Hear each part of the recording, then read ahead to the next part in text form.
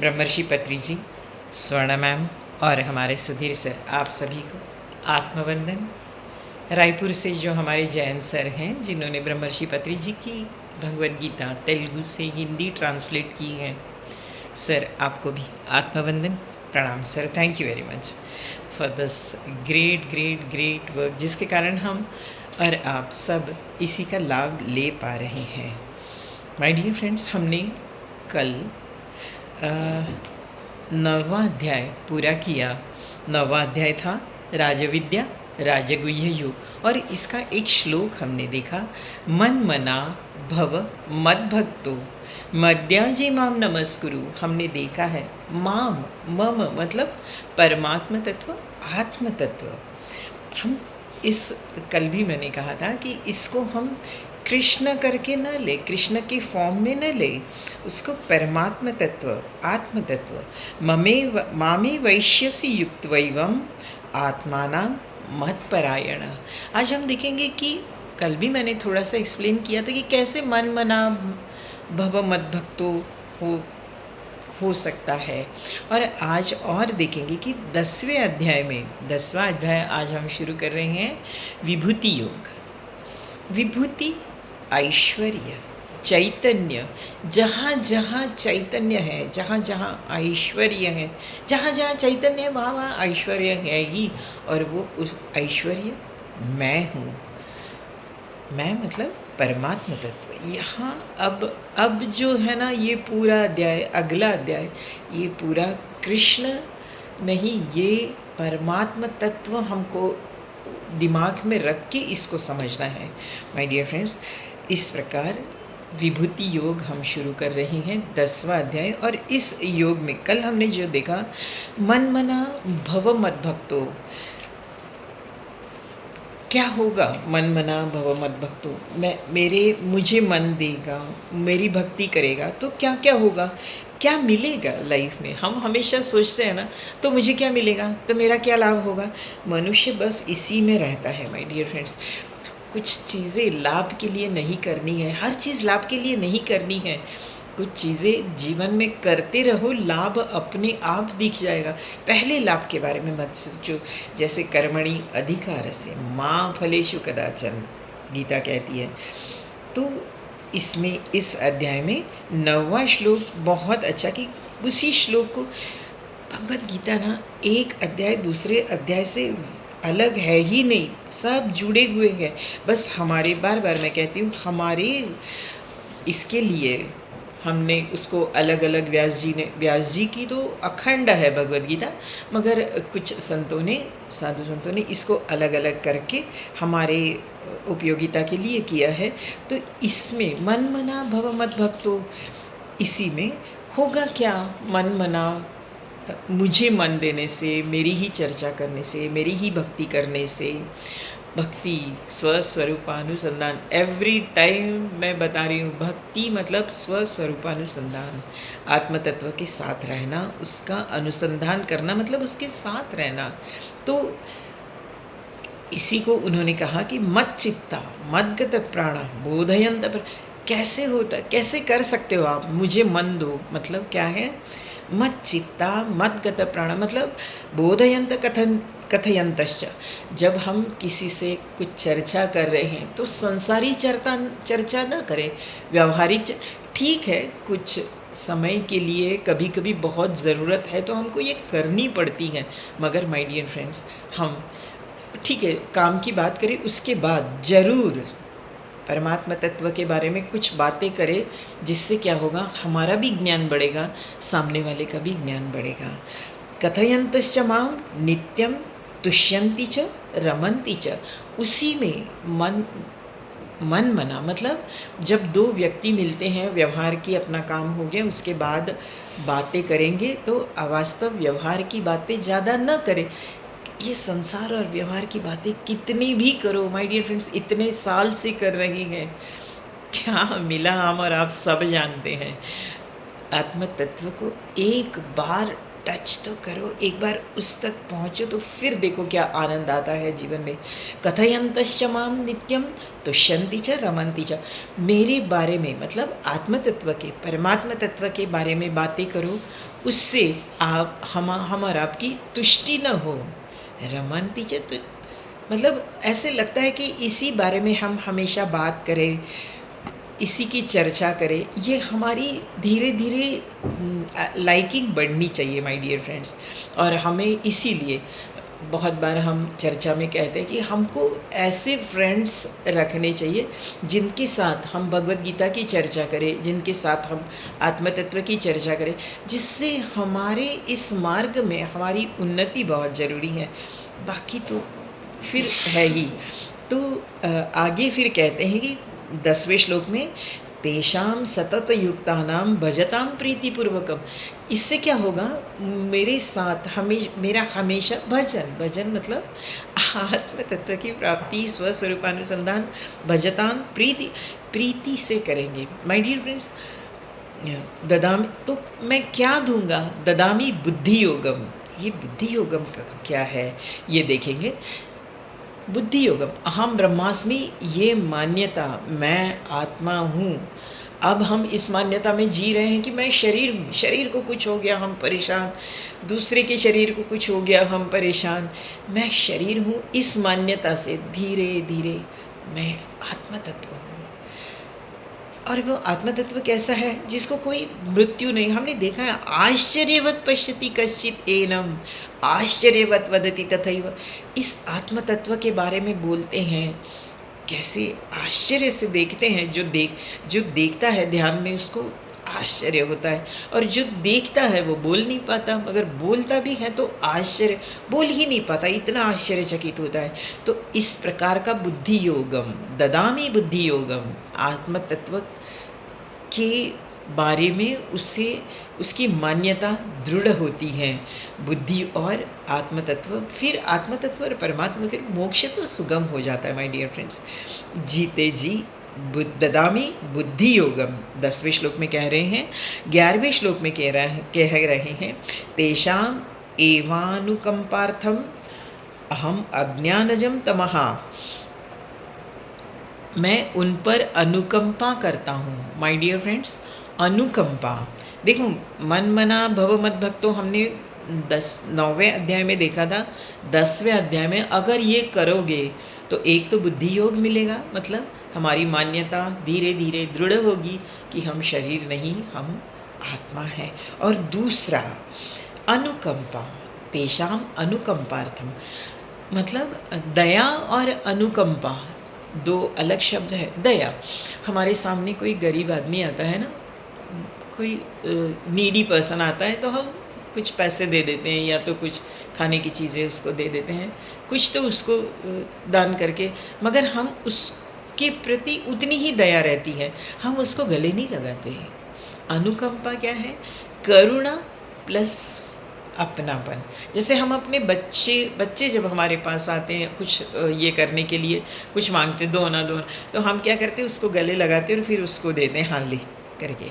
ये है अनुकंपा। तो परमात्मा तत्व कह रहे हैं कि अनुकंपार्थम, मन मना भव मत भक्तों से क्या होगा, ददामी बुद्धि योगम, ये हमने देखा। तेषाम एवानुकंपार्थम, अनुकंपा मेरी होती है उस पर, दया नहीं। अज्ञानजम तमहा नाशयाम्यात्म भावस्तु, उसके ज्ञान दीपेन भास्वता, 11वां श्लोक है 10वें अध्याय का।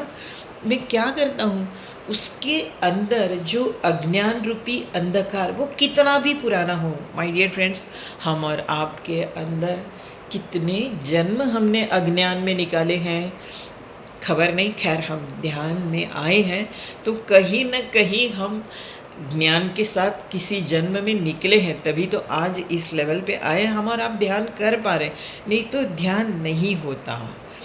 तो थोड़ा, मगर तो भी अज्ञान रूपी अंधकार है ही अंदर, ये कितना भी पुराना हो अंधकार, परमात्मा तत्व कह रहा है कि उसका वो अंधकार मैं सहज दूर करता हूँ ज्ञान से, उसे ज्ञान प्रदान करता हूँ। समझ लेना, हम रोज़ पाठ कर रहे हैं, पठन कर रहे हैं, मगर धीरे धीरे हमारे अंदर अगर वो चीज़ स्टेबल होने लगी हैं, कुछ होने से तुरंत हमको कुछ तो भगवत गीता में ऐसे बताया है यार, वो याद नहीं आ रहा है मगर है, वो जब होने लगेगा ना तो समझ लेना कि उसकी अनुकंपा हो रही है। मैं जो कर रहा हूँ, मैं जिस मार्ग में जा रहा हूँ वो बिल्कुल सही है। सो तेषाम एवानुकंपार्थम अहम अज्ञानजम तमः, मेरे अंदर का जो अज्ञान रहेगा, नाशयाम्यात्म भावस्थ, उसको दूर करता हूँ ज्ञान दीपे न भास्वता।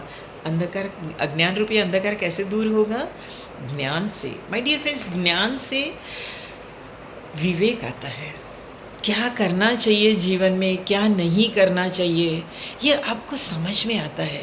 किन लोगों के साथ हमारा उठना बैठना रहना चाहिए, किन लोगों को लाइक्स डिसलाइक्स नहीं रहते, मगर जिन लोगों के संपर्क में आने से आप अंदर से उस थोड़े से डिस्टर्ब हो जा रहे हो, उस आत्म तत्व से आपका जो अनुसंधान है वो थोड़ा सा इधर उधर हो रहा है, तो हम वो कंपनी जितना हो सके, क्योंकि हम कच्चे साधक हैं, एक बार हम बन गए तो फिर कोई प्रॉब्लम नहीं है, तो उनको थोड़ा सा दूर रखें कि नहीं बाबा, ये मेरे अभ्यास में, मेरे ज्ञान, मेरी उन्नति में, मेरे ज्ञान के इसमें थोड़े से डिस्टर्बेंस हो रहा है, तो मैं ठीक है काम के लिए बात करें उतना करें, बाकी हम साक्षी भाव, हमारे ब्रह्मर्षि पत्री जी ने जो दिया है ना साक्षी भाव में, ग्रेट है, हम आगे उसके बारे में बात करेंगे। तो मनमना भव मद्भक्तो रहने से ददामी बुद्धि योगम, अनुकंपा होगी उनकी। क्या अनुकंपा से क्या होगा परमात्मा तत्व की? कि हमारा अनेकानेक जन्म रूपी अज्ञान, तम, अंधकार, अज्ञान रूपी अंधकार दूर होगा।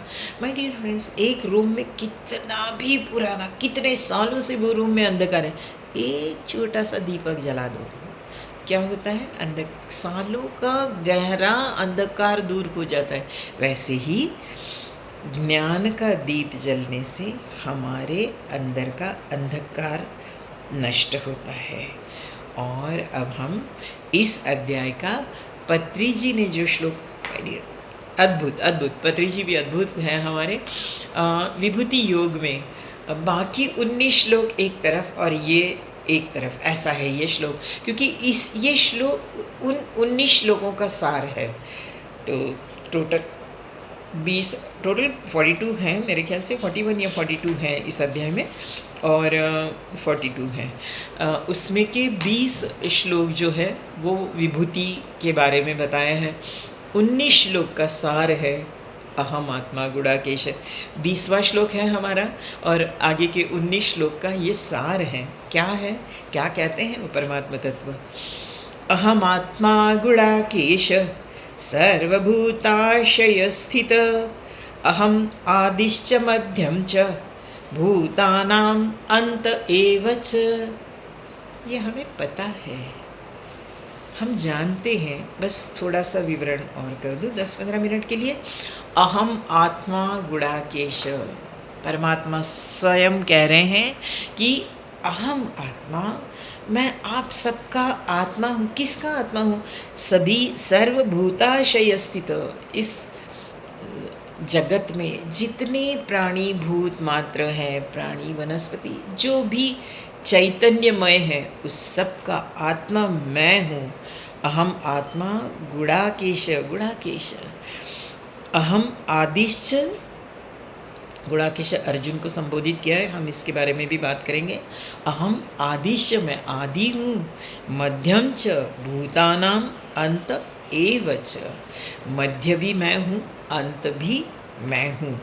अहम आत्मा गुणाकेश, मैं शरीर नहीं हूँ, मैं बाहर की बॉर्डर नहीं हूँ, मैं परिधि नहीं हूँ, मैं अंतरात्मा हूँ। माय डियर फ्रेंड्स, हम यही गलती करते हैं, हम सबको शरीर से देखते हैं, XYZ ABC, आत्म तत्व को पहचाने। उन सभी शरीरों में आत्म तत्व एक ही है, परिधि अलग अलग है, केंद्र एक ही है। चाहे आप सीधे खड़े रहो या उल्टे खड़े रहो, उल्टे खड़े रहने से आपका सिर नीचे ऊपर पैर रहेगा, मगर मध्य केंद्र वही रहेगा, आत्म तत्व वही रहेगा। एक छोटी सी एक छोटी सी आपको ये कहूँ कि आत्म तत्व, एक मुल्ला नसरुद्दीन था और उसको उस मुल्ला को बहुत बीमार हो गया। सभी दोस्तों ने पूछा कि मुल्ला तू इतना बीमार हो गया, अब तो तेरे जाने का समय आया है, एक बार बता दे तेरे को दफनाया जाएगा तो क्या इच्छा है तेरी, कैसे दफनाया जाए तेरे को। तो मुल्ला ने कहा कि यार मुझे जब दफनाओगे ना तो लेटे लेटे मत दफनाना, मुझे उल्टा रखो। अभी मैं सिर ऊपर है ना, मेरा मेरा सिर नीचे और ऊपर पैर। दोस्त बोले पागल हो गया मुल्ला, तू हमेशा जैसे पागल जैसी बातें कर रहा है। बोले नहीं नहीं, मैंने जीवन भर सिर ऊपर पैर नीचे करके जिया हूँ, मगर मिला कुछ नहीं, हासिल कुछ नहीं हुआ। इसीलिए मरने के बाद तो मैं देखूँ क्या मिलेगा, मुझे उल्टा आप दफना दो।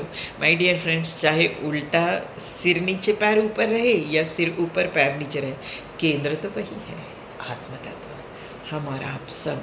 ये आत्म तत्व हमने बहुत देखा है। आश्चर्यवत पश्यति कश्चितेन, कैसा है, नैनम छिन्दन्ति शस्त्राणि नैनम दहति पावक। बहुत सब दूसरे अध्याय में हमने आत्म तत्व के बारे में देखा है। वो ये परमात्मा तत्व है, ये आत्म तत्व एक ही है, ये परमात्मा तत्व एक ही है। हम अलग अलग अलग उसको देख रहे हैं।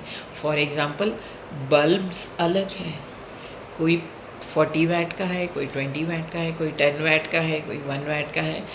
उसकी कैपेसिटी अलग अलग है, मगर विद्युत धारा एक ही है। वैसे आत्म तत्व एक ही है, बाहर के ये अलग आकार अलग हैं।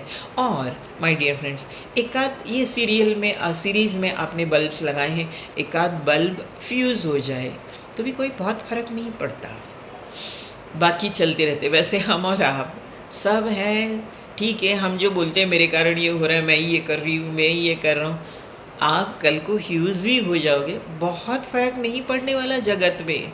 मान के चलो ये हमारा अहम है, अहम तो